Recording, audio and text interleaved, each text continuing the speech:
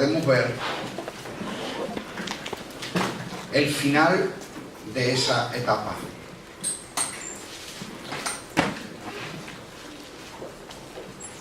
Y sirve como lección para nosotros de por qué Dios no ha hecho un plan. Si ha hecho un plan que incluye a todos, en esto difiero absolutamente de la doctrina calvinista. Dios ha hecho un plan que incluye a todos los seres humanos, pero no va a tratar con cada uno independientemente. Por eso pensar, orar, anhelar que ocurra algo global que convenza a toda la población o a gran parte de la población no responde al propósito de Dios. Por eso es tan importante cada creyente. Cada creyente es muy importante porque el plan de Dios es traer a otros a través de cada creyente. Y cuando no comprendemos esto, pensamos que todo depende de los predicadores o de los pastores.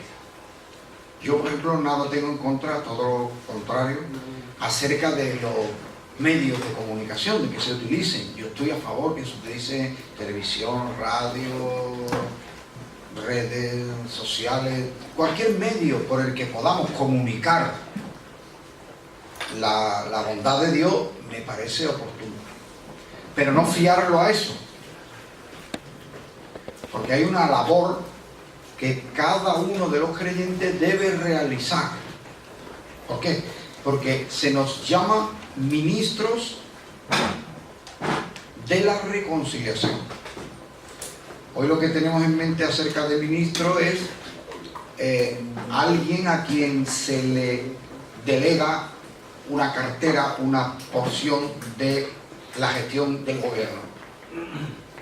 Ministro de Sanidad, pues máximo responsable de la sanidad del gobierno en cuanto a sanidad.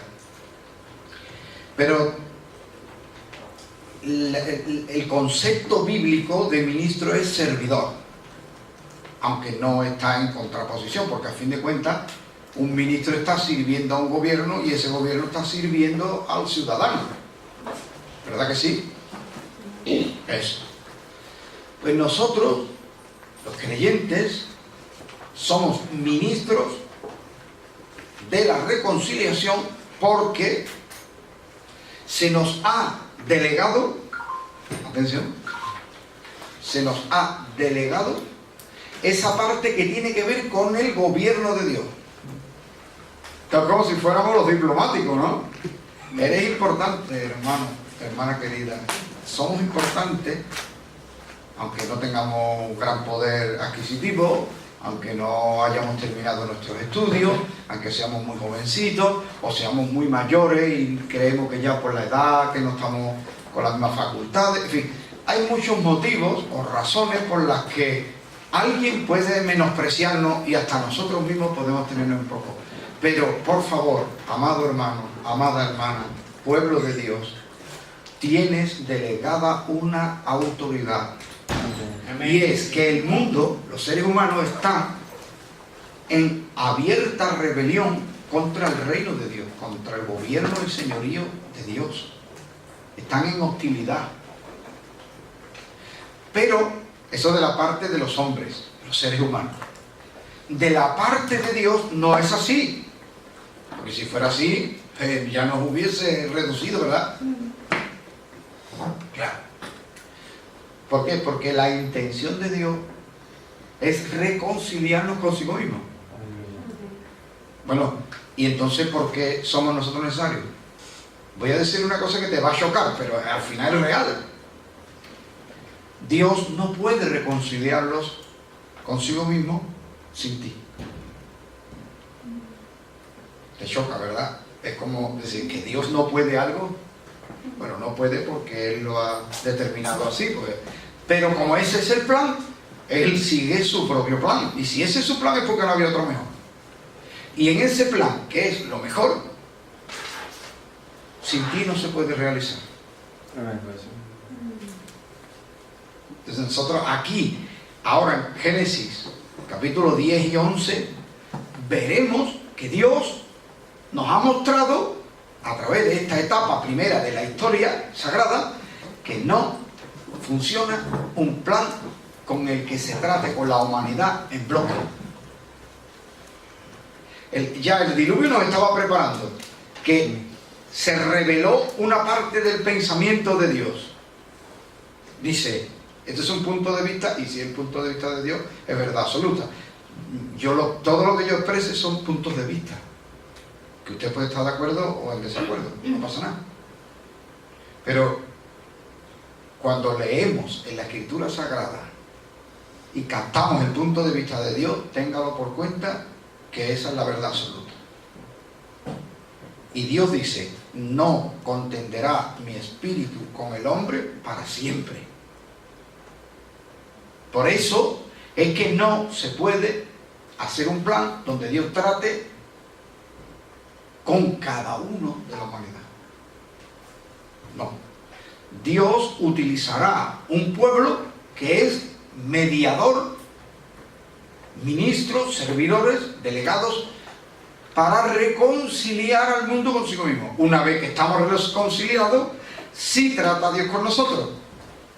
Al menos eso es lo que creemos nosotros, porque somos protestantes en fin, somos cristianos pero no católicos. La doctrina católica entiende que siguen habiendo mediadores para tratar con el pueblo de Dios, aunque sea pueblo de Dios, que es el sacerdote, ¿verdad? La Iglesia Católica entiende que la misa no es un símbolo ni un memorial, sino que es un sacrificio literal. Y como los únicos que están facultados para hacer el sacrificio, los sacerdotes, el pueblo, aun siendo pueblo de Dios, pueblo creyente, Iglesia, necesita de la mediación del sacerdote para mantenerse o mantener una amistad con Dios. Nosotros no creemos esto. Nosotros creemos que una vez que somos creyentes hemos recibido el espíritu de adopción. Y ese, el espíritu de adopción, es el Espíritu Santo, evidentemente. El Espíritu de Dios nos dio testimonio interno que somos hijos de Dios. Y en esa franqueza le hablamos y le decimos Abba Padre, que es papaíta. Nosotros tenemos una relación, una vez que los creyentes nacidos de nuevo, que han recibido el Espíritu Santo, tienen una relación directa con el Señor, puesto que cada uno de nosotros es templo del Espíritu Santo, y dice San Pablo que tenemos la mente de Cristo. Se lo dice a los corintios para que dejen de vivir como vivían. Y dice, usted tiene la mente de Cristo, ¿por qué se mueve, piensa y toma decisiones y acciones en contra de la voluntad de Dios en ese sentido? ¿Por qué? Porque los corintios estaban dejando de lado esta realidad, que el creyente tiene acceso por medio del Espíritu Santo y la Escritura, tiene acceso a la voluntad de Dios.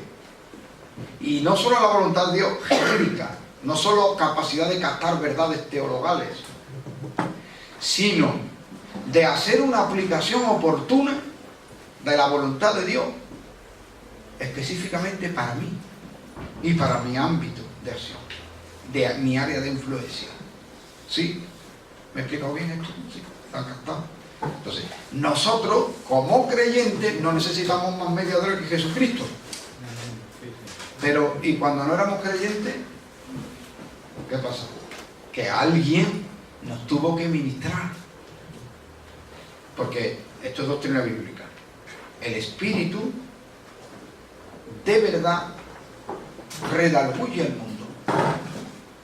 Redarguye al mundo de pecado. Esto lo enseñó Jesucristo. Redarguir es convencer, acusar, pero en el sentido de convencer.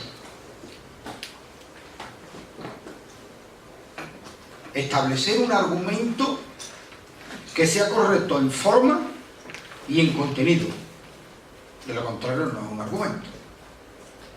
Imagínense que voy a hacer un anuncio de colonia y digo, colonia o de cloaca.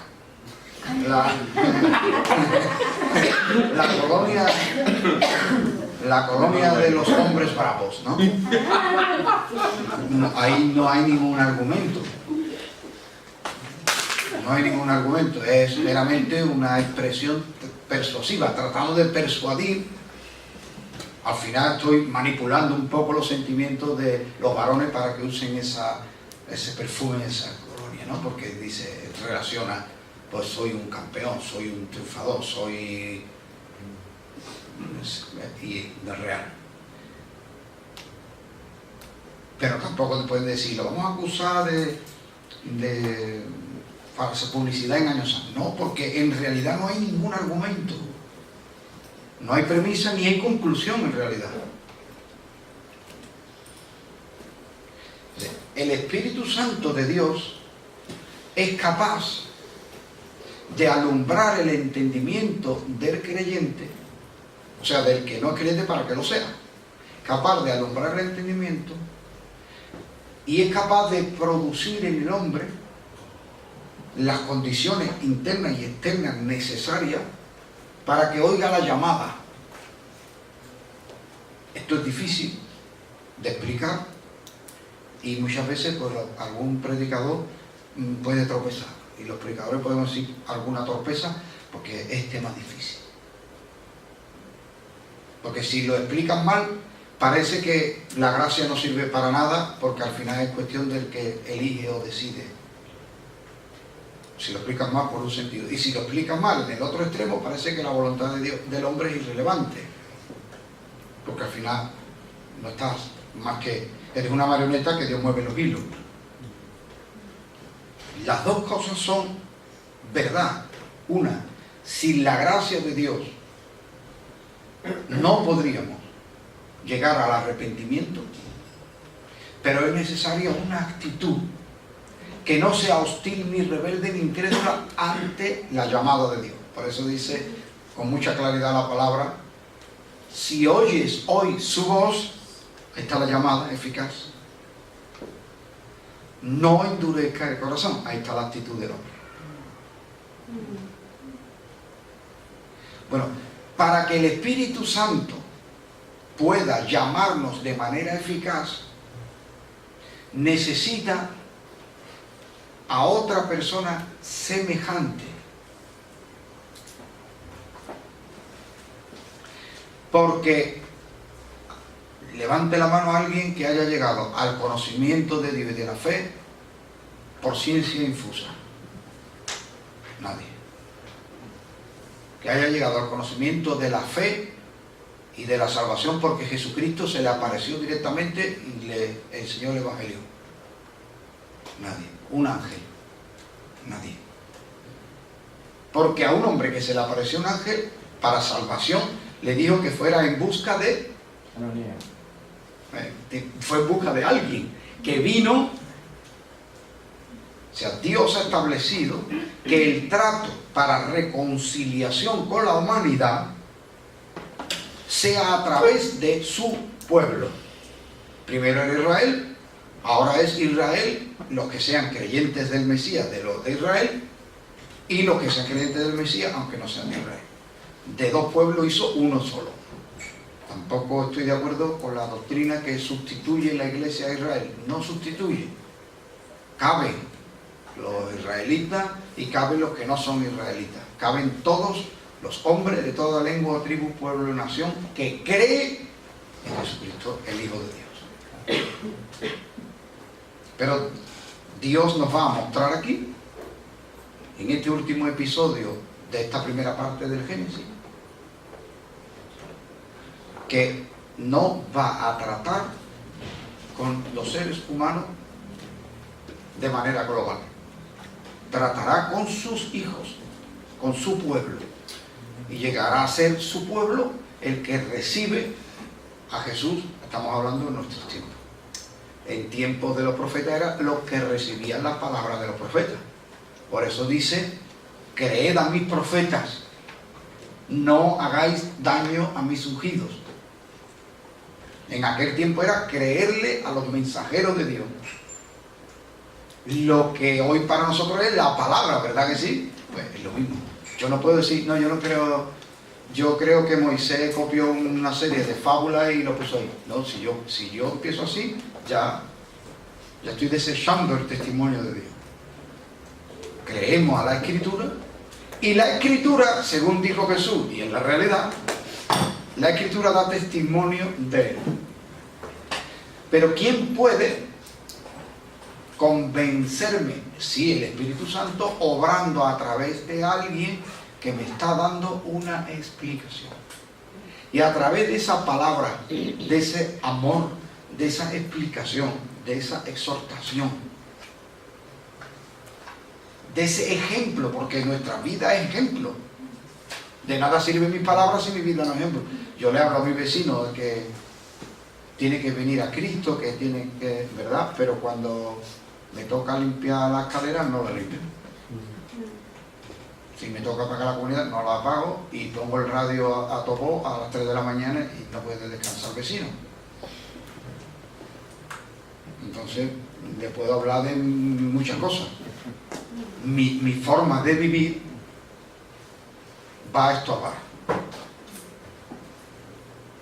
Por eso dice también la Escritura, por causa de ellos, el nombre de Dios es blasfemado entre los gentiles.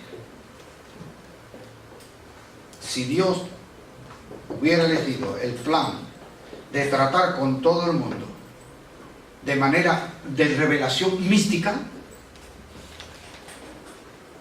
pues entonces no hablaría nada de que nosotros somos ministros de la reconciliación, y además veríamos conversiones espontáneas por aquí y por allá, y veríamos gente que siguen al Señor, cada uno en su casa.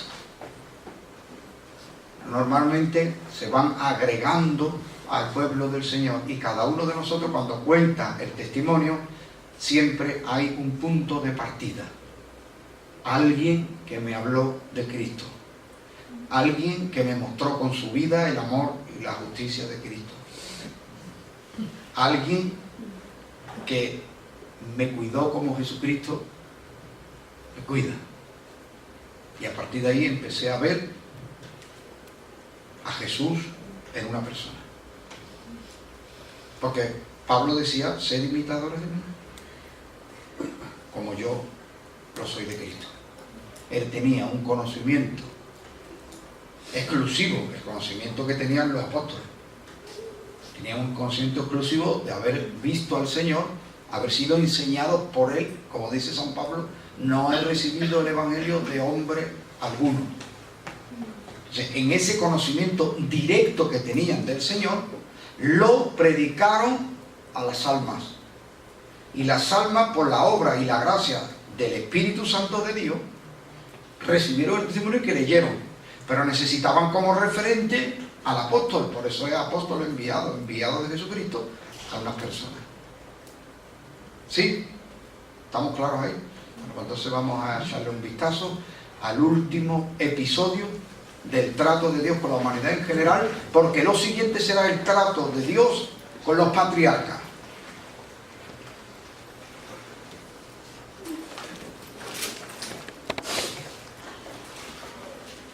Si se da cuenta, empiezo en el capítulo 11. ¿Por qué empiezo en el capítulo 11? Porque en realidad el relato del capítulo 11 cronológicamente es anterior al 10. ¿Por qué? Porque en el 10 se cuenta cómo se dispersaron y se asentaron las familias esparcidas, disgregadas por el mundo. Y en el 11 cuenta cómo fue, cómo se propició la disgregación. Entonces, para facilitarnos un poco, yo empiezo con el capítulo 11.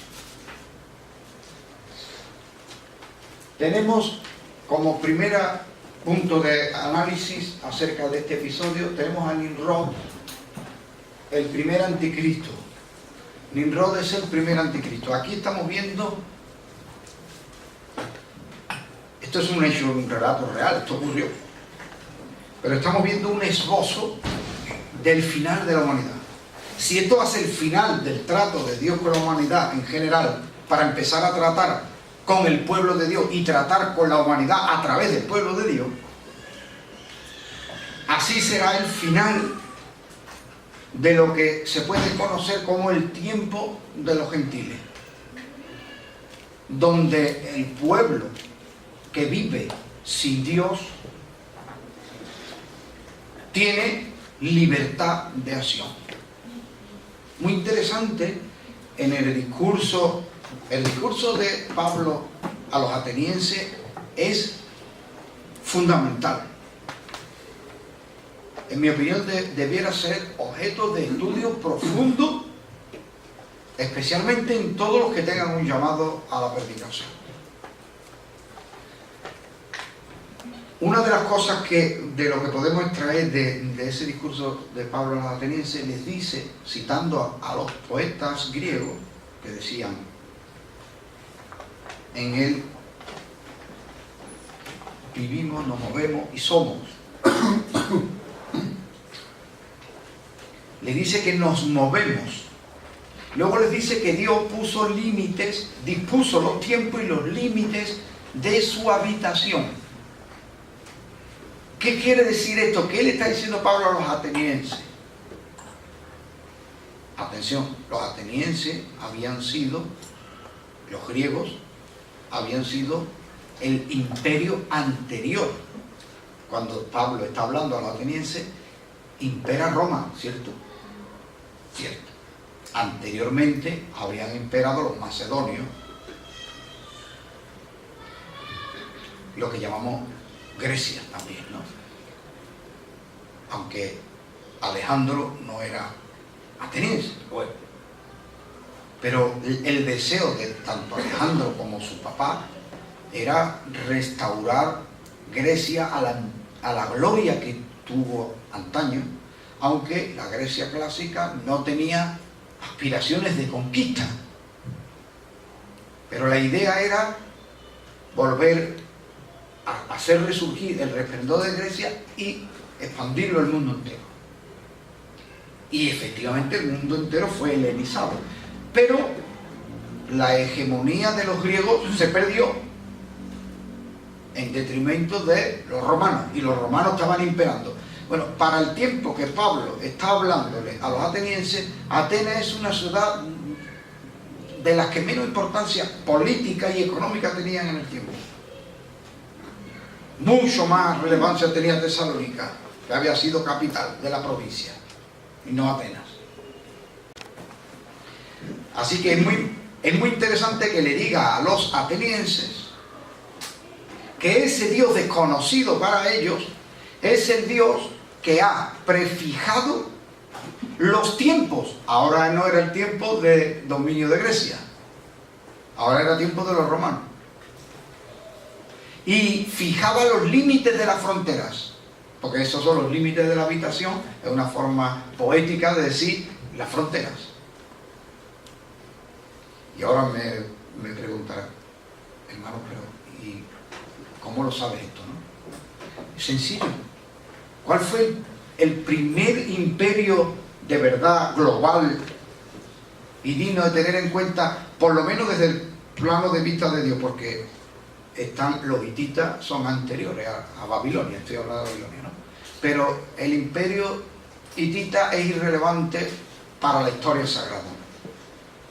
Siempre tiene, cuando lea parte histórica en la Biblia, piense que el objetivo primordial de los cronistas no es relatar la historia, no es la historia por la historia, sino el trato de Dios, enseñanzas didácticas para un pueblo al examinar la historia. Así que los detalles que considera irrelevantes para ese fin, a veces los obvia o los menciona por encima, y sin embargo son, para la historia de la humanidad, sí es importante. ¿De acuerdo? Nabucodonosor entonces es el primer emperador digno de ser tenido en cuenta, al menos en la Escritura. ¿Por qué? Varios motivos. Uno de ellos es el castigo de Dios para Judá, siglo VI antes de Cristo. Pero fíjense esto, Nabucodonosor, que llega a conquistar todo, prácticamente, tiene una inquietud. un día, una noche, tiene una inquietud. Y su inquietud es esta. Cuando yo no esté, o sea, diciendo, yo, mientras esté yo, aquí no levanta nadie una pestaña ni una ceja porque lo tengo todo controlado. Y es verdad, ¿eh? Su forma, su sistema fue de control absoluto. Como botón de muestra es, invadió Judá y a todos los jóvenes nobles que destacaban se los llevó, los agasajó a mesa y mantel, le ofreció una educación increíble y para ubicarlo en sitios estratégicos.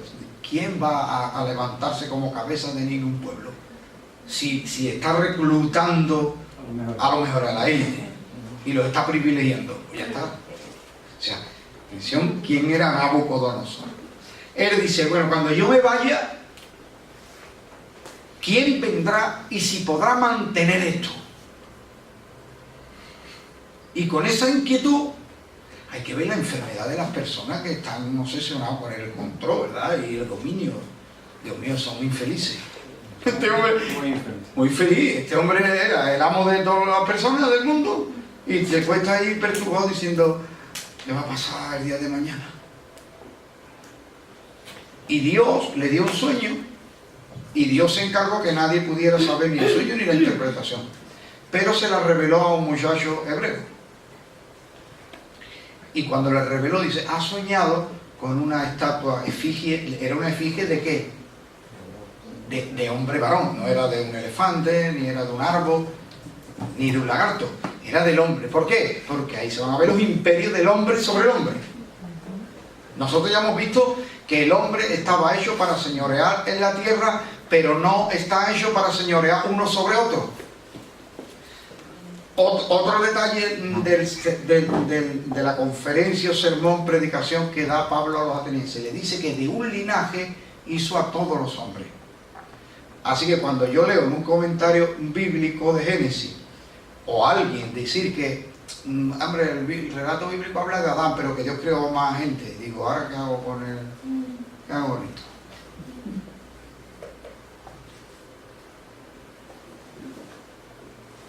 Bien. El racismo no tiene ningún sentido, es una idiotez. Es producto del odio, de los miedos, del egoísmo, y el racismo como doctrina, peor. Porque todos somos de un solo linaje. ¿Y por qué somos todos de un mismo linaje? Porque la idea de Dios es que en nuestro corazón veamos a un hermano en cualquier persona veas a un hermano, por muy diferente que sea de ti.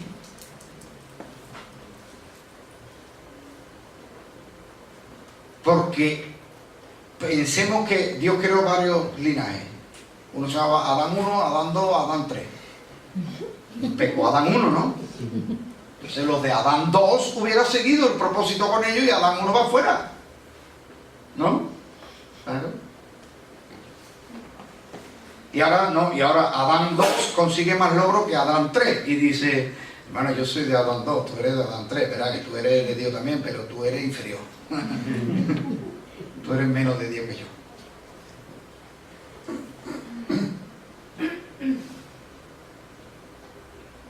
Yo tengo una pelea a veces con los hermanos, porque les digo, por favor, no evangelicemos a las personas. Yo sé que lo que dice el capítulo 1 de Juan, que a los que creen, a los que le recibieron, a los que creen en su nombre, le dio potestad de ser hechos hijos de Dios. Esto es una verdad. Y está hablando del nuevo nacimiento, la regeneración que se obra en el creyente por la gracia de Dios, que se alcanza mediante la fe. Yo no puedo, no debo llegar a una persona que le estoy hablando del amor de Dios hacia él, excluyéndole. No, yo soy hijo de Dios. No, porque todos somos hijos de Dios. Ay, no. Hijo de Dios soy yo.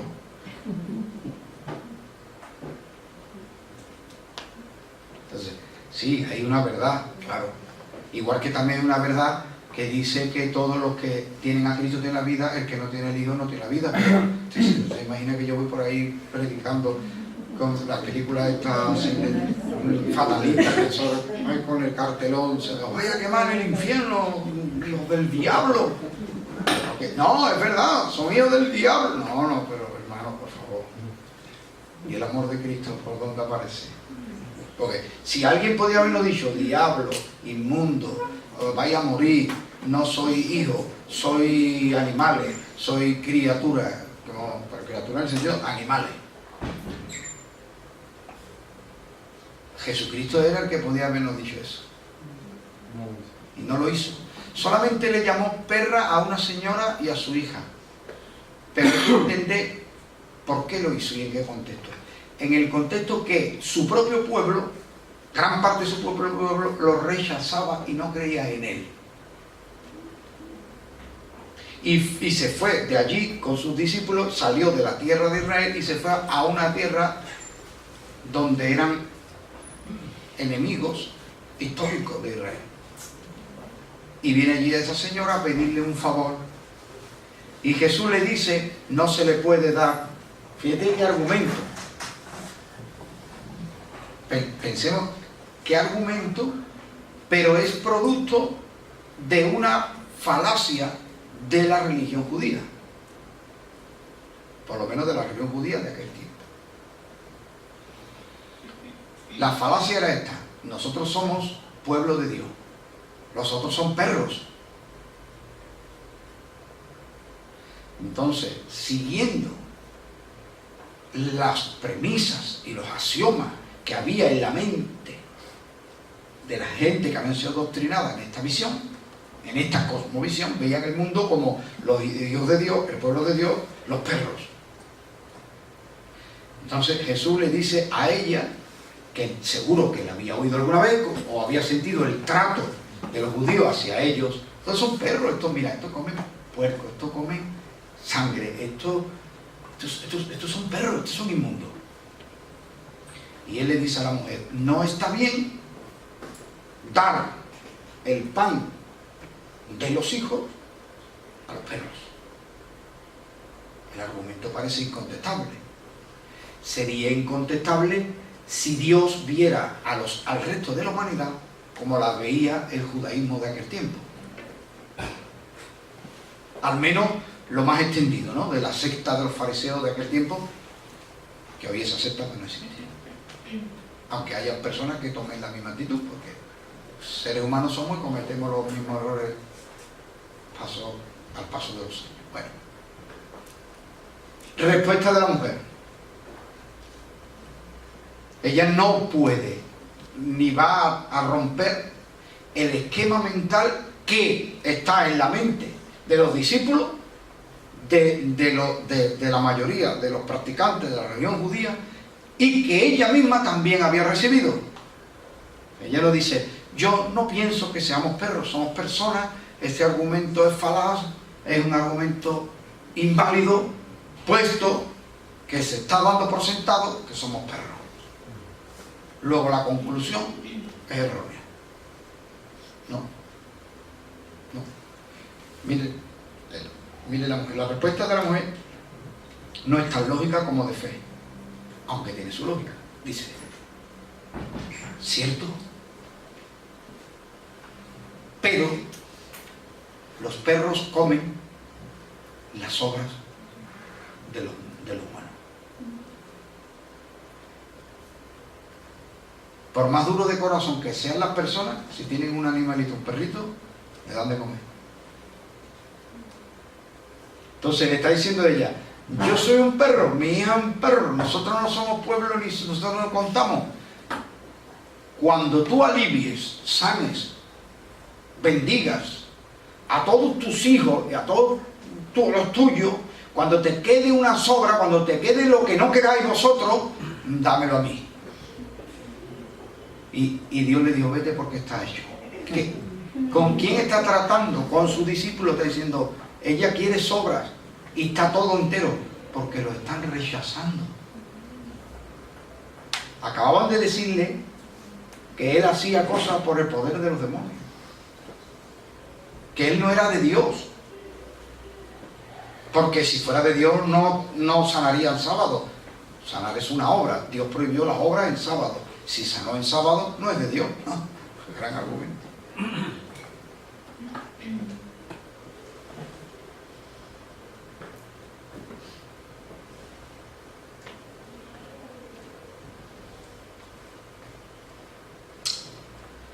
Entonces, Dios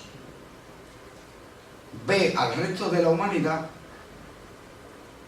según nos enseñó Jesucristo a verlo, los ve con amor. De tal manera amó Dios al mundo que ha dado, ¿verdad? A Jesús le cuestionan por qué Él trata con los pecadores, con gente de mala fama. Esto no conviene. Porque la religión de ellos le había enseñado a, si tú tienes contacto con lo impuro, te haces impuro. Por lo cual hay que excluirlo de la sociedad, hay que expulsarlo. Esta es la visión de ellos. Ellos ven a los otros como un peligro de contaminación, como un peligro de destrucción para todo el pueblo, como un peligro en cuanto a la relación con Dios. Como dice, no, es que si yo me junto con este, si yo le permito a este que conviva en la comunidad, Dios ya no ama a la comunidad. Jesús no lo ve así. Jesús le dice, los sanos no tienen necesidad de médico. Dice, sino los enfermos. ¿Cómo ve Jesús a los que están mal, a los que están viviendo mal, a los que están moralmente fuera de cobertura? ¿Cómo ve Jesús a los que están en el pecado, en la maldad, en la injusticia? ¿Cuál es la visión que tiene acerca de ellos? La visión de ellos es la de un enfermo. Y no son responsables, sí son responsables, pero Dios estableció un día para el juicio y ese día no ha llegado. De hecho, personas que han muerto sin Cristo aún no han sido juzgados.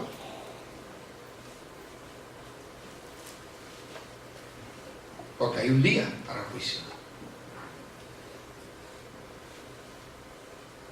El Señor ve al pecador como un enfermo que puede ser restaurado a la salud. No lo ve como un muerto. No lo ve como un muerto. Porque si lo viera como un muerto, también vería como un muerto a Israel. Claro. Aunque el sentido bíblico de muerto es separado. Nosotros sí podemos decir que la persona que está fuera del Señor, fuera de la fe, fuera de la gracia de Dios, está separado de Dios, por lo cual está muerto. No hay contacto entre Dios y Él. Pero Dios no hace acepción de personas. Una cosa que cuesta mucho trabajo de creer cuando hay un esquema mental más o menos sectario. Yo sé que me hago algunos que otros amigos. Amigo es un eufemismo. Pero no puedo hacer otra cosa porque no puedo traicionar mi llamado, mi vocación. De alguna manera tengo que luchar, tratar de minimizar los efectos del sectarismo, porque está en el ambiente y en el sentido de cierto victimismo, porque Pablo decía, hablando de sí y de los creyentes, que somos contados por causa del Señor cada día como ovejas de matadero. Pero él no decía esto en plan víctima, en plan me encierro a mí mismo y me aíslo a mí mismo porque estoy acomplejado, porque me siento frustrado, porque me siento fracasado en establecer relaciones con los que son diferentes. Pablo no decía esto en el sentido profético, en el sentido que estamos viendo desde el principio. La estirpe que no quiere servir a Dios se persigue siempre a los que sí quieren seguir a Dios y están siendo beneficiados por el Señor. En ese sentido. Y él lo asume y lo acepta. Acepta ser rechazado, acepta ser perseguido como algo inevitable. Además como algo que es un privilegio. No en el sentido víctima. Pero a veces el creyente, cuando se siente acomplejado, frustrado, cuando sucumbe ante la amargura porque es incomprendido e incapaz de comprender, es campo fértil para una mentalidad sectaria. Aquellos no son de Dios, estos no son elegidos. Y cuando se entra en esto, esto no tiene freno. No tiene freno. Cuando empezó la Reforma se veían que los católicos no, nosotros sí, pero 5 siglos después ya no solo protestamos o nos desmarcamos del cristiano católico, ya nos estamos desmarcando hasta entre nosotros, nos estamos descalificando entre nosotros a veces por tonterías. Y puede llegar el día en que yo, leyendo la Biblia, entiendo que tengo que, no sé, vestirme de amarillo. Entonces cuando veo a un hermano que no viste de amarillo, digo, es que este hermano no es de Dios. Y cualquiera se quedará espantado y dice, pero no me diga que esto es suficiente para que tú rechaces, repruebes a un hermano creyente. Pues a eso vamos a llegar. Si no, en algunos casos ya hemos llegado.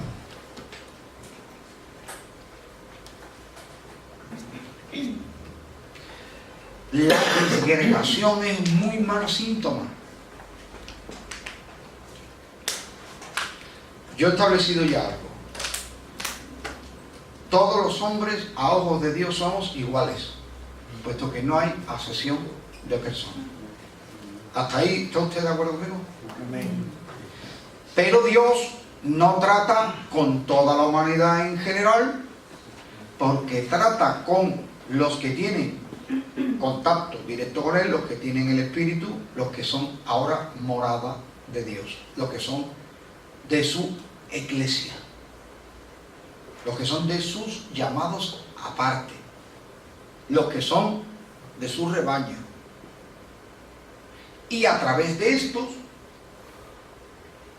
trata con los demás. Esto es una visión muy diferente. A nosotros sí, a aquellos no. No se trata de catalogar en unos y otros en el sentido de excluir. Si es que es cuestión simplemente de tiempo y oportunidad. Es que yo un día era de los otros. ¿O no? Pues no dijo Jesús, tengo ovejas que son de otro redil. ¿Cuál era un redil? El judaísmo. Jesús llamó a sus ovejas de entre los judíos y salieron y le siguieron. Y ahora dice, pero también tengo ovejas de otro redil. ¿Cuál es el otro redil? El paganismo. Y empezó a llamar a gente del paganismo. Y le siguieron. Y hay un solo rebaño y un pastor.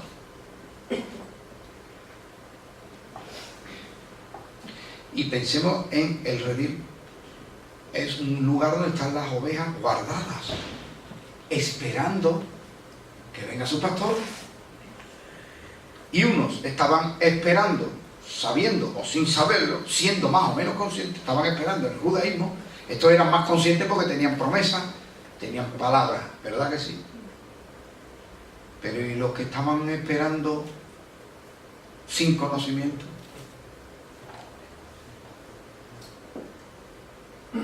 Todo el mundo tiene una idea del Señor, todo el mundo tiene un anhelo de seguir al Señor, todo el mundo tiene un deseo de someterse al Señor.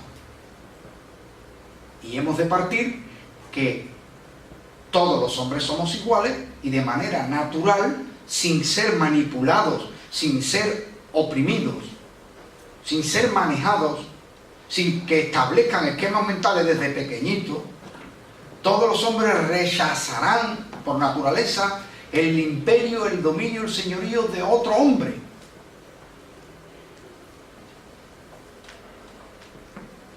Sin embargo, todo ser humano está preparado y diseñado para rendirse al señorío de Dios en vida. Entonces, esto es Nimrod y el que es el primer anticristo, el primer prototipo de anticristo, y su intento. ¿Qué es lo que va a hacer?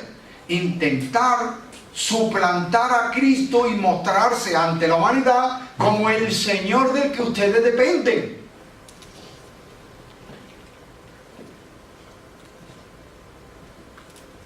Ahora pongamos que yo logro engañar aquí a todo el mundo. Yo soy un malvado y yo logro engañar aquí a todos vosotros.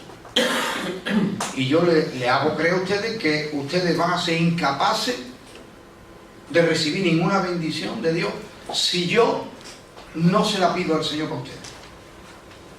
Que ustedes van a ser incapaces de tener acceso a lo que Dios piensa o a la voluntad de Dios o a cómo deben dar el siguiente paso para tener una vida de éxito. Ustedes no tienen medio de saber esto si no se los revelo yo, porque Dios me lo revela. Si yo logro a ustedes convencerlos de eso, primero soy un malvado o un loco, no sé, las dos cosas.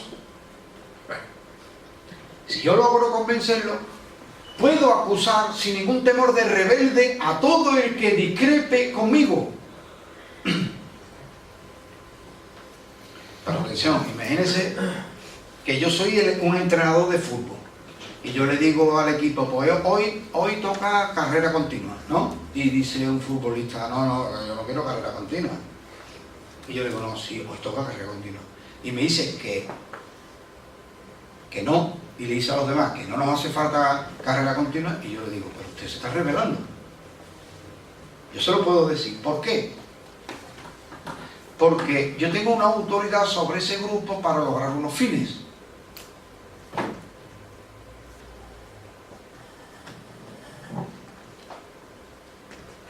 Pero lo que no puedo hacer es que yo le digo, ¿de qué color son las paredes de tu casa? Y me dice el futbolista, no, las paredes de mi casa son amarillo clarito. Digo, no señor. Las paredes de tu casa tienen que ser verde agua. Es que yo no lo veo, era un reverde. Que tiene que ver el color de las paredes de su casa con la finalidad. Con el campo de la autoridad que me ha sido delegada por una finalidad. Nimrod es el primer anticristo porque quiere imperar sobre todos los hombres y sobre todas las áreas de los hombres, y quiere hacerlo echando fuera a Dios.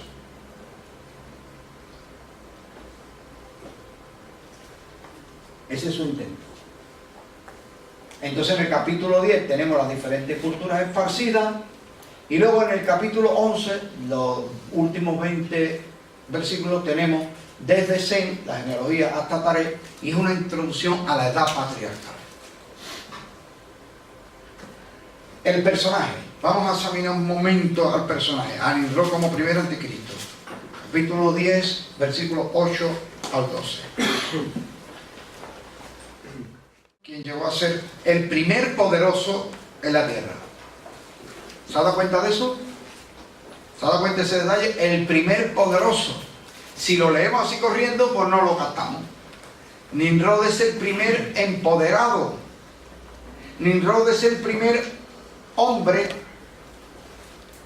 que ejerce su imperio sobre el resto. Ahora, ¿se acuerdan que en el pacto de Noé vimos que había la primera delegación en cuanto a la autoridad civil?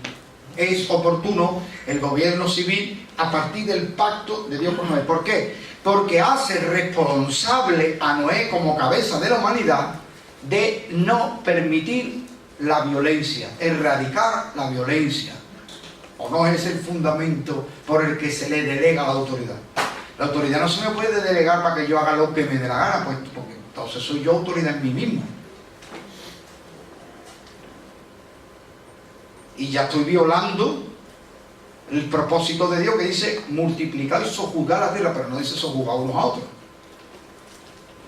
Entonces, es delegada autoridad para establecer gobierno civil con una finalidad: evitar la violencia y el abuso de unos sobre otros. Todo gobierno será oportuno y deberemos considerarlo legítimo si al menos se le ve la intención, el esfuerzo y las medidas para que vivamos de manera quieta y reposada. Por eso Pablo dice que, y nos exhorta a que hagamos autoridad por los que están, o oración por los que están en autoridad, porque la finalidad es que se cumpla el pacto de Dios con Noé. Los que gobiernan no están para enseñorearse, para regular nuestra economía, para ingerir en la familia ni en las libertades de los individuos. Por eso yo entiendo, perdóneme, no quiero molestar a nadie, cada uno es libre de tener su ideología, la que quiera, pero yo, como predicador de la Biblia, entiendo que no es compatible la fe cristiana con el comunismo. Que usted dice, no, pero a mí me encantan ciertos ideales, yo soy muy afín a ciertos puntos de vista de Marx. Bueno, Marx como era un filósofo, pues habrá cosas que sí que serán buenas y que usted está de acuerdo y que me parece bien. Pero yo le digo, como predicador del Evangelio, que yo no veo compatibilidad posible entre el comunismo y el cristianismo. Pero bueno, yo creo que usted tiene suficiente madurez para escucharme, y si está de acuerdo conmigo, bien, y si no está de acuerdo conmigo, no pasa nada. Usted está en su libertad de suscribir mis palabras o no. ¿De acuerdo? De todas maneras, si se genera alguna duda, eso tiene usted un pastor. Puede preguntar, pastor, nosotros. El lío ahí. Pastor, yo me llevo Claro. Entonces, esencialmente consideramos pequeños, medianos o grandes anticristos, aunque anticristo hay uno como personaje profético, que aún no se ha manifestado. Pero como pequeños, medianos y grandes anticristos está esencialmente los empoderados.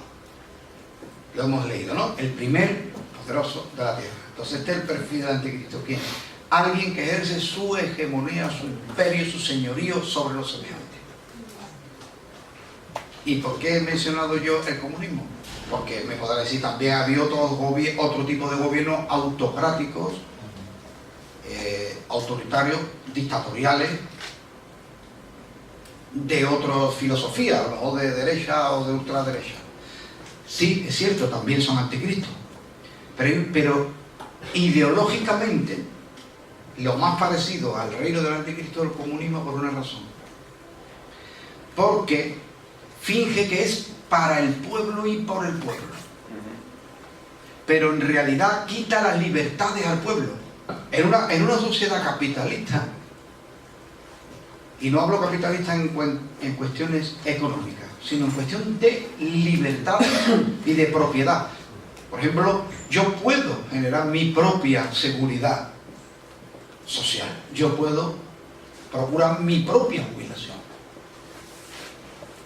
Sí, luego hay un problema, los desfavorecidos y todo, claro. Entonces, pero atención, a través de la política social, que es oportuna y necesaria, porque la Iglesia, antes que existiera el comunismo y antes que existieran ayudas sociales, la Iglesia ha hecho obra social.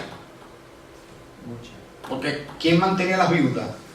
Israel no mantenía a las viudas. Y podían haberlo hecho, pero no tenían luz suficiente para esto, ni amor suficiente. El amor de Cristo en los corazones hizo la primera organización humanitaria, la primera ayuda social. Pero ¿cómo se hacía? A través de los donativos desprendidos, hechos por amor. ¿Cómo yo puedo vestir y vestirle a un pueblo? No, la seguridad social, pero vamos a meter impuestos, subir impuestos, más impuestos, hasta que usted, que podía procurarse cierto bienestar y cierto futuro, ya no pueda. El resultado final de esto, Cuando estamos a medias tintas, vale. Medias tintas vale. Porque si a mí me venden que yo soy pobre, que al rico le van a quitar, si no todo, gran parte, para beneficiarme a mí, que no tengo nada, yo lo veo bien. Cuando está en el proceso o cuando es teórico. Cuando llega a la práctica, al final nadie tiene nada. No es la erradicación de la pobreza, sino es el empobrecimiento de todos, es la erradicación de la riqueza. Al final somos todos pobres por una razón, porque el Estado ahora es el dueño de todo.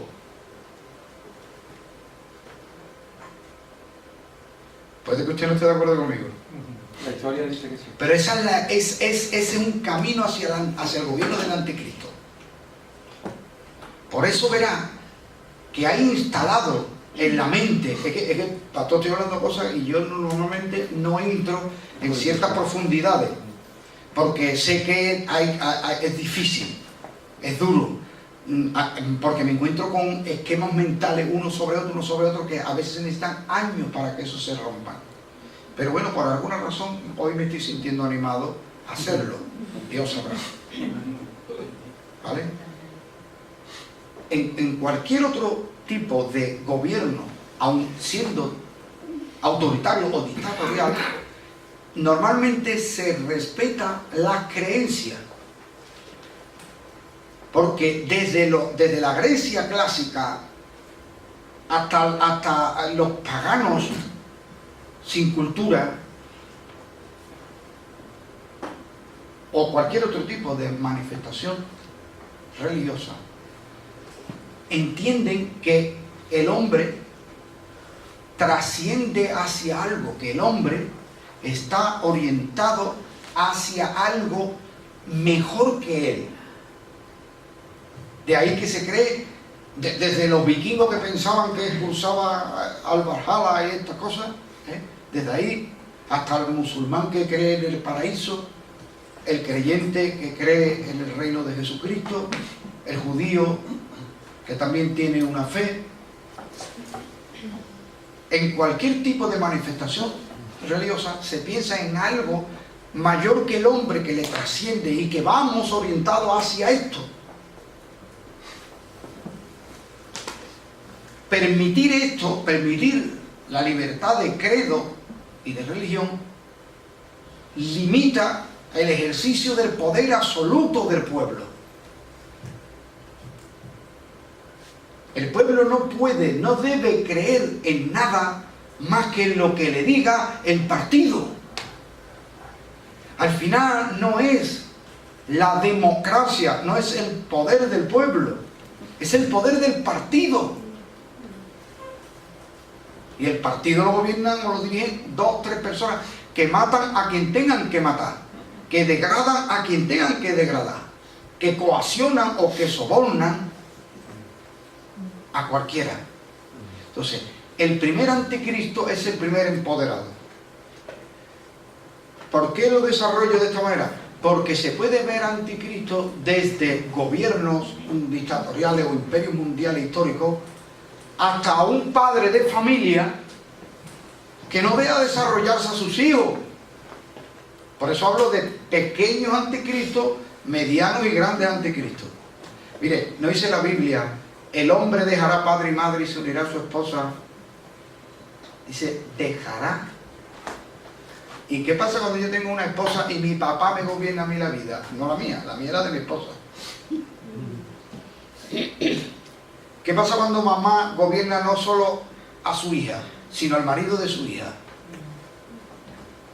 Porque es una pequeña anticristo, un pequeño anticristo. Otra definición de suegra.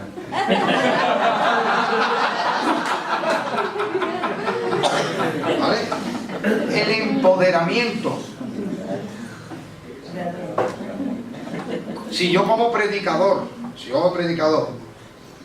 llamo, por ejemplo, a una vida de orden, de rectitud moral, de respeto a los demás, de amor, de entrega, yo invito, exhorto, animo a una vida de valores, de principios, usted me lo va a recibir, pero no me lo recibe porque salen de mí, me lo recibe porque está de acuerdo a su conciencia, de acuerdo a la Escritura, de acuerdo a las leyes, de acuerdo a lo que es tocante a la moral y al orden social, ¿sí o no?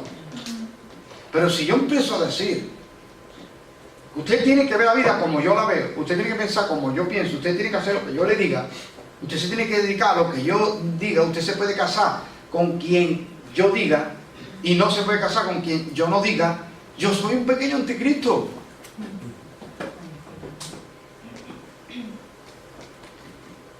Porque entra un conflicto. A Jesús le preguntaron, ¿por qué tus discípulos quebrantan la tradición de los ancianos cuando no hacen los ritos y los rezos de los lavamientos? Y Jesús les dice esto: porque vosotros invalidáis la palabra de Dios con vuestras tradiciones. O sea, según Jesús, la conclusión a la que nos deja Jesús es obedecer a vuestros mandamientos humanos significa automáticamente incumplir la palabra de Dios. O al revés, cumpliendo la palabra de Dios estrictamente, es inevitable que exista un choque con los mandamientos de los hombres que difieren 100% de la Escritura. ¿Sí? ¿Se ha comprendido? ¿Lo he explicado bien? Pequeños anticristos se empoderan sobre los hombres. Y esta es la diferencia entre la autoridad delegada. Se nos delega a ciertas personas una autoridad, pero la autoridad que se nos delega es para ayudar, conducir, guiar a los demás hacia un bien superior al mismo delegado, puesto que si se ejerce la autoridad para guiar a las personas al sometimiento del delegado, ya no es ningún delegado, la autoridad fluyó de él mismo. Es un usurpador de la autoridad que solo Dios tiene, como nuestro Dios y Creador y Señor, por derecho. Somos sus criaturas. Él nos creó y tiene derecho sobre nosotros. Pero yo no tengo derecho sobre usted. El primer poderoso de la tierra.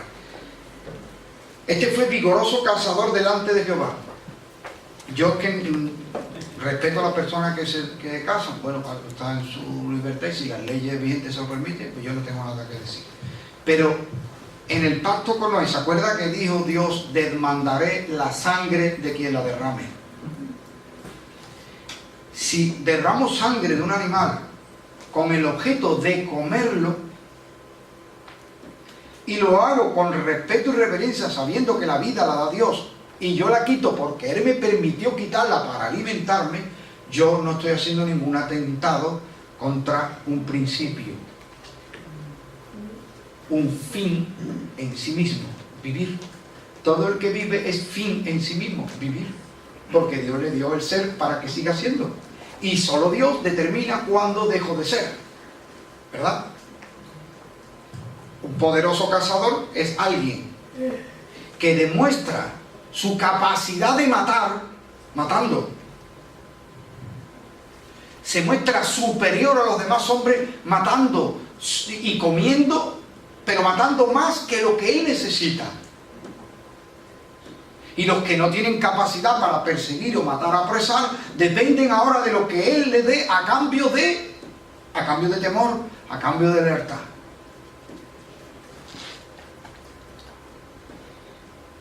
Una manera de detectar un gobierno represivo y gobierno más o menos anticristo es impedir, limitar el desarrollo económico de las personas a través de impuestos y más impuestos y otro impuesto nuevo y más impuestos, y lo volvemos a levantar.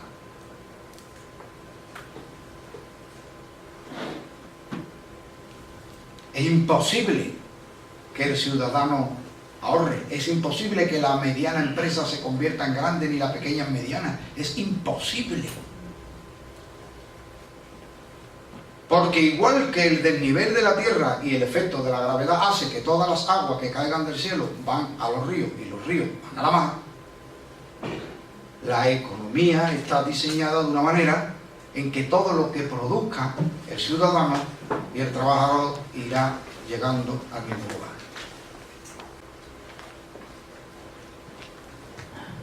Tengo que hablar de cosas económicas y políticas sin yo ser ningún experto, ni mucho menos. pero porque necesitamos ver cosas que la Biblia nos está enseñando. Que era vigoroso cazador delante de Dios, como un reto, diciendo, tú dijiste que no mate y que mate para comer nada más, yo mato a 200 para mostrar mi capacidad de matar. Yo mato a 200 para que ahora los demás, si quieren comer, yo se lo ofrezco ahí. ¿A cambio de qué? A cambio de sus libertades, de su tiempo, de su obediencia o de su temor.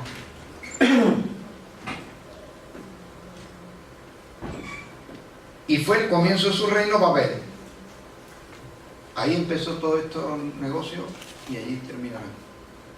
Luego verán como en Apocalipsis, al final de la revelación bíblica, se habla de Babilonia, la madre de todas las abominaciones, ¿sí o no? Esta es la madre de las abominaciones. Este es el principio de la humanidad. Hombres empoderados sobre otros hombres. Hombres que desafían a Dios, estableciendo estilos de vida diferentes a lo que el Señor dijo, no teniendo respeto alguno ni por la vida que es sagrada, ni por el planeta, ni por la creación.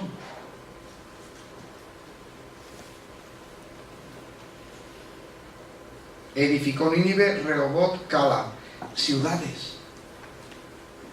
Y recién entre Nínive y Cala, la cual es ciudad grande. Ciudad grande. ¿Se ha dado cuenta que si vives en una pequeña población y tus hijos quieren formarse, te tienes que ir del pueblo? Porque ahora hay cierta, no sé cómo llamarle, ¿no?, medidas a corto plazo para hacer que pueblos no se mueran. Pues le vamos a dar trabajo, le vamos a dar un terreno, le vamos a dar una casa que nos pague, le vamos a dar un trabajito a los que vengan con niños. Muy bien, muy bien. Y en un momento pude multiplicar por 2 la población. Había 300 en una aldea, una pedanía, y ahora vienen 100 matrimonios con niños. Muy bien. Y cuando esos niños crezcan y tengan que ir al bachillerato, se tendrán que ir a otro pueblo más grande que hay al lado, ¿no? Y si quieren ir a la universidad, no te digo nada. Y como tú no puedes poner una casa donde tú quieras, tienes que poner una casa donde ellos digan. Y ellos favorecen el crecimiento de unas ciudades en detrimento de otras más pequeñas. Y vivimos amontonados. La cantidad de kilómetros que hay en el planeta vacío, y tenemos problemas para aparcar, porque todas las cosas están en el mismo sitio. Y se puede trabajar los días que ellos dicen que se puede trabajar. Que no se puede trabajar, no se puede trabajar. Con esto no quiero transmitir ningún tipo de amargura y rebeldía, quiero que vean el nivel de empoderamiento. Nos hablan de libertad. Libertad con Cristo, pero ellos edifican sus ciudades para tener ahí cerquita y sometidos y controlados los recursos, el trabajo, el desarrollo de todos.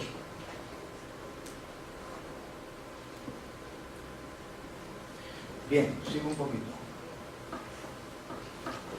El idioma. Versículo 1.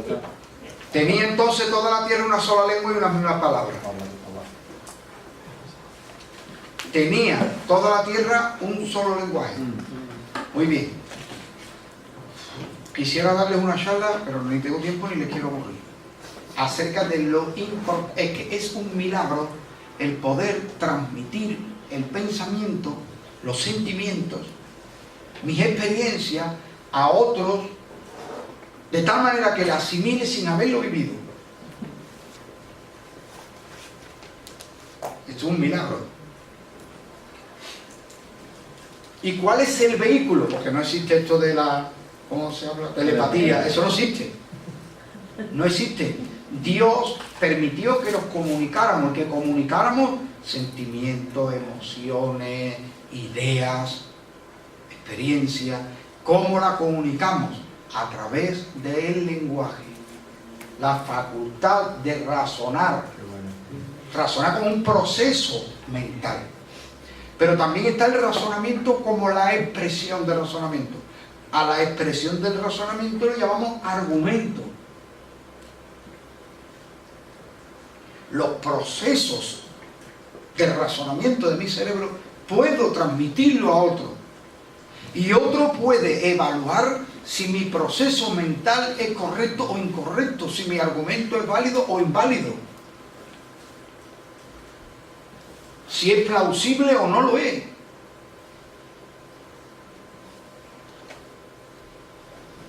Por eso he dicho, y no me canso hasta que rompa los esquemas mentales, que la capacidad de razonar forma parte de la espiritualidad humana.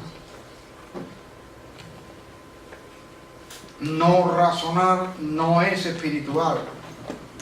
Vuelvo a repetir la palabra de Pablo a los Corintios: tenemos la mente de Cristo. ¿Y la mente qué es? Razonar. Podemos razonar con la visión, con la perspectiva, con la óptica. Procesos mentales en nosotros dirigidos por la mente de Cristo, a través del Espíritu y de la renovación de nuestro entendimiento por medio de la Escritura. Porque nos estamos despojando del viejo hombre que está viciado. Los procesos mentales del hombre viciado conforme al pecado le llevan a las mismas conclusiones.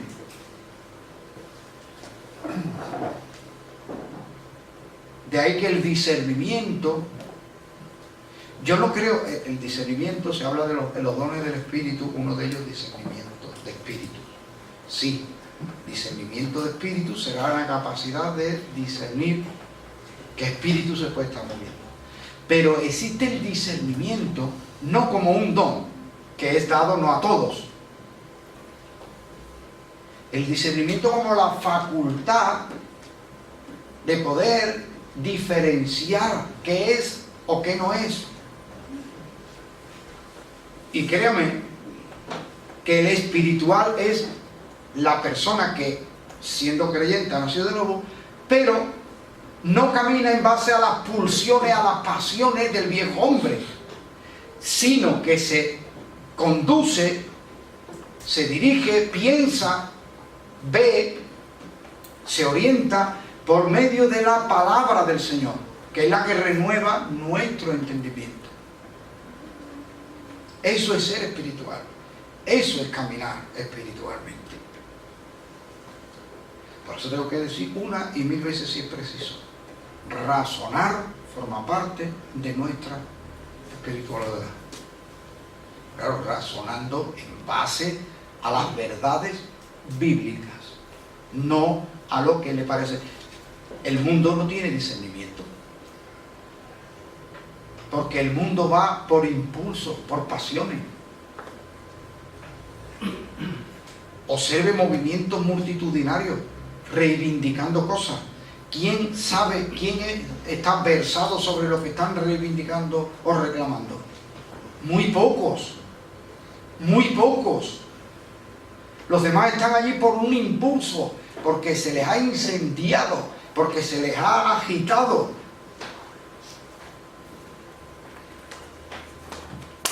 Y lo mismo y la masa es incongruente, porque lo mismo te dice presunción de inocencia. Todos somos inocentes, que de pronto dicen sin juicio ni nada, esta gente tiene que morir. De pronto dicen no legislemos en caliente, ¿no? Entonces cuando te quieren manipular, te dicen no legislemos en caliente, entonces activan el buenismo, ya somos todos muy buenos, no legislemos en caliente. Pero de pronto dicen la justicia es un cachondeo, como dijo el de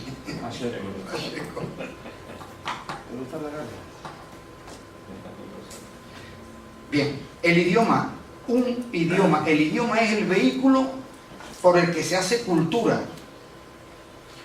Solamente el concepto griego de la cultura, la paideia, el concepto griego de la cultura, no es las costumbres de los pueblos.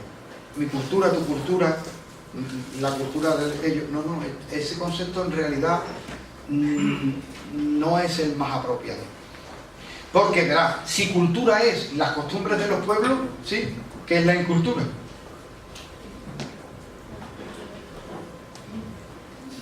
¿No? La cultura, yo lo diría de esta forma: La cultura es el producto del hombre que hace mejor al hombre. O sea, si yo escribo un poema que dice, niño, respeta a tu mamá, porque tu mamá te crió, te acunó los brazos de tu mamá, y hago yo un poema, ¿no? Muy lindo. Pero el fondo, el objetivo de ese poema es que el nene ame y respete a su mamá. Eso es cultura. Pero si yo hago un poema que diga mata al rey, o mata a tu semejante, o aquellos son malos, ódialos, ¿eso qué es cultura o incultura? ¿Incultura? No, libertad de expresión. Sí, lo que tú digas.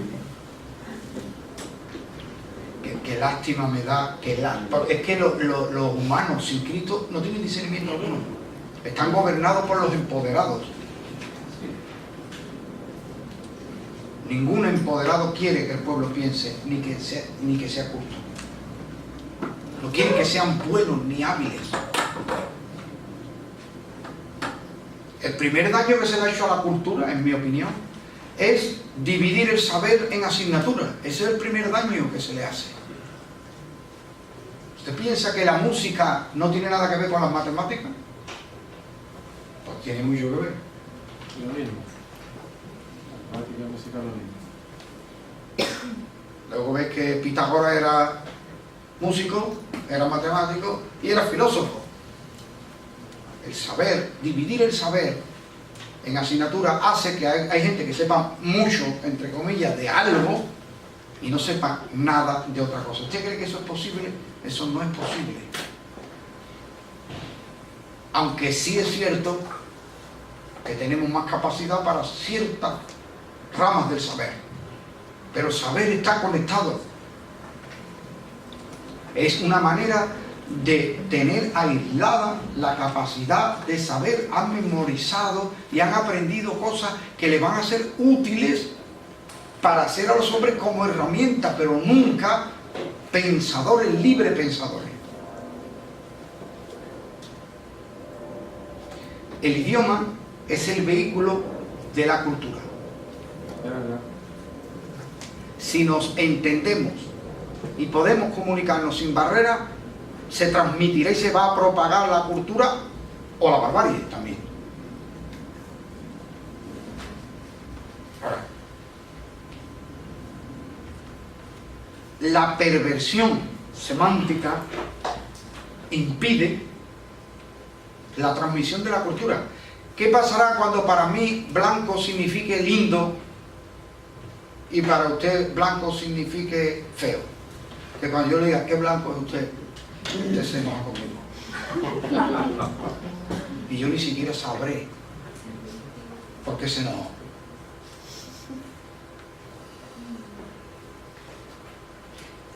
Eso da para gran desarrollo amplio. Pero quédense con esto.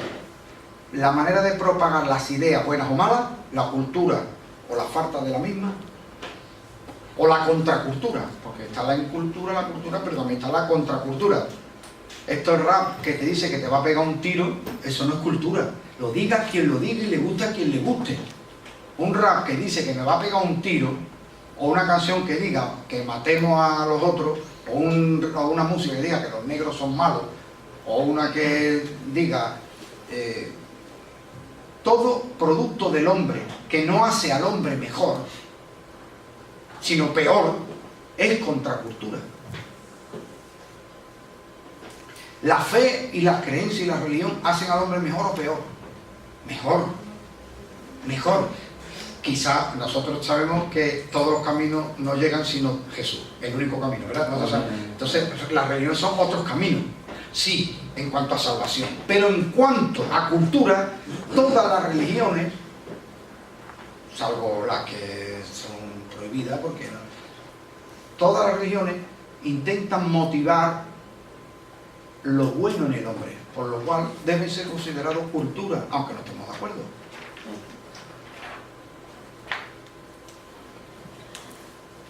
Y se transmite, se propaga la cultura o la contracultura, se propaga por el lenguaje.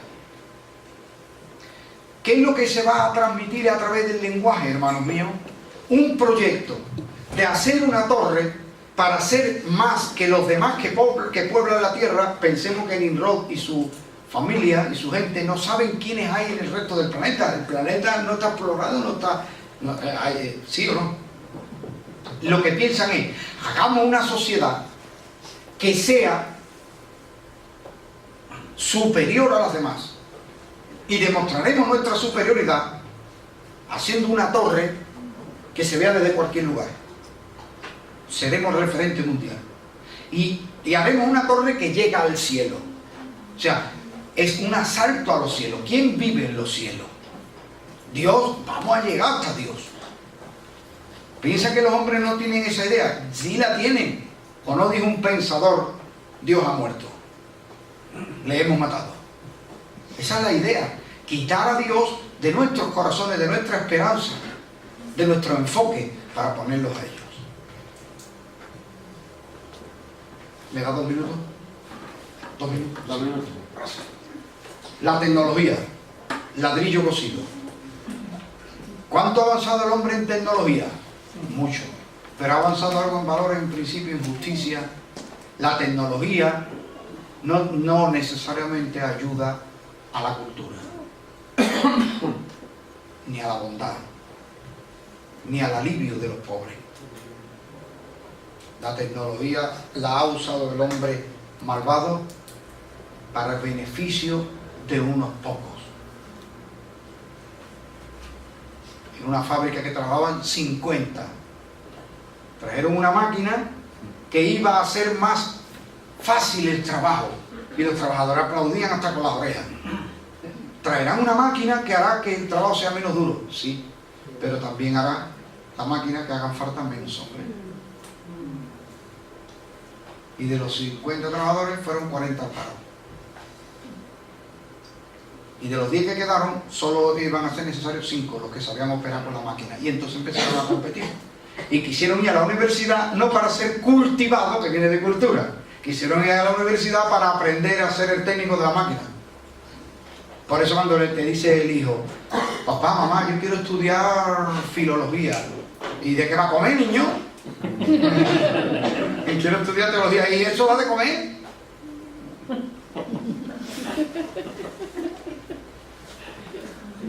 El motivo ya se lo dije, hacer una torre, asaltar los cielos y ser más grande que los demás. El pensamiento único y la obstinación. ¿A qué me refiero con esto? Atención a esta sentencia de Dios. Dice, he aquí que el hombre es uno y tienen una sola palabra y nada les hará, nada les va a disuadir. ¿Cómo se les podía disuadir? Con la palabra, pero todavía no existen los profetas. Y entienda por profeta no solo el que anuncia el futuro, sino el que es boca de Dios. Dice Dios, no tengo a uno que pueda hacerlos disuadir, que yo le hable otras palabras, que yo le hable de otra motivación, que yo le dé otra perspectiva y otra visión. Utilizar a un hombre que cambie el pensamiento que se ha establecido en todos ellos. El pensamiento, cuando se llega al pensamiento único, hermanos queridos, cuidado con las cadenas de mándalo esto a todo el mundo, la justicia no sé qué, se descubrió no sé dónde, y no sé quién opina, que no sé qué, y están generando un pensamiento único. Y cuando no estás del pensamiento único, te dicen que pienses por ti mismo. O sea, cuando no piensas lo mismo que los demás, que no piensas por ti mismo. Qué buena contradicción de libro. Pensamiento único y el prodigio que imposibilita. ¿Cuál es el prodigio que imposibilita? Ahora Dios hará que el pensamiento del hombre se traslade a unos sonidos que no significan nada para otro. ¿Me sigue? Un prodigio.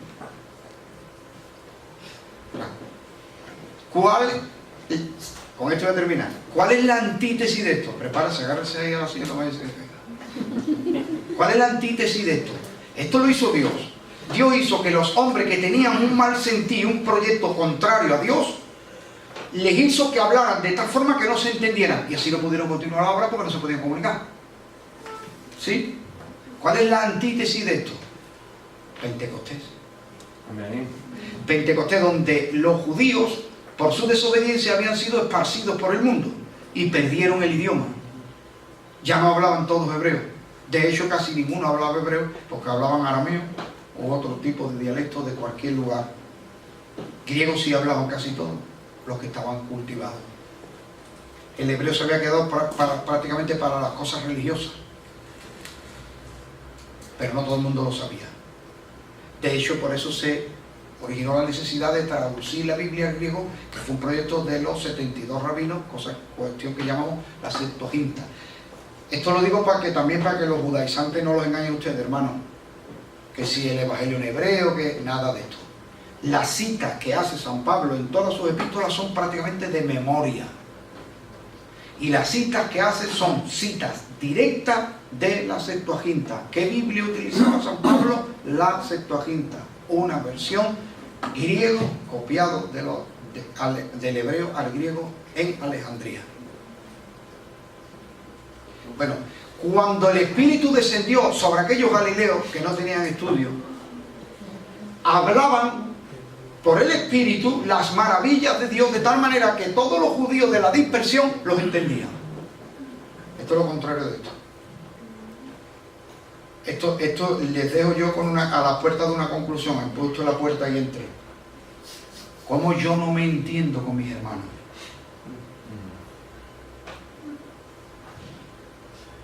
Cuando yo voy a levantar una torre de Babel, el prodigio imposibilitará el entendimiento con todos los que edifican Babel.